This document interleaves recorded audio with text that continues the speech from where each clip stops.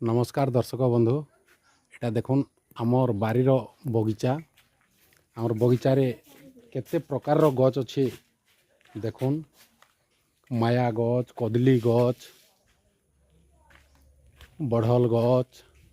कमला गछ लेंबू गछ सामतरा गछ अंगूर गछ हईला गछ तुद गछ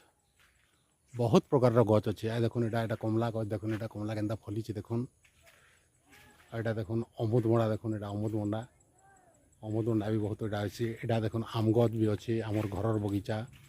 और लेंबू तो आ देखुन लेंबू जेते फली जे ने कहन आ देखुन लेंबू देखुन झोपा झोपा लेंबू फली देखुन लेंबू आमर लेंबू गछ रे देखुन दुईटा लेंबू गछ अच्छे देखुन एटा दुईटा लेंबू गछ बुरो गछ तापरे कुसेर अच्छे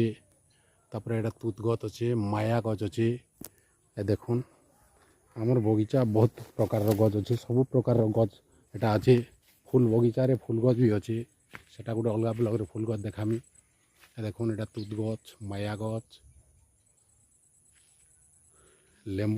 लेंबू तो जे प्रकार फली जे लेंबू देखुन एटा लेंबू पूरा झुपा झुपा लेंबू फली कमला झुपा झुपा फली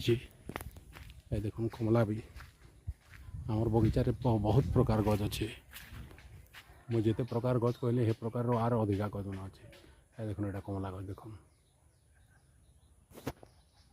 ठीक अच्छे धन्यवाद दर्शक बंधु।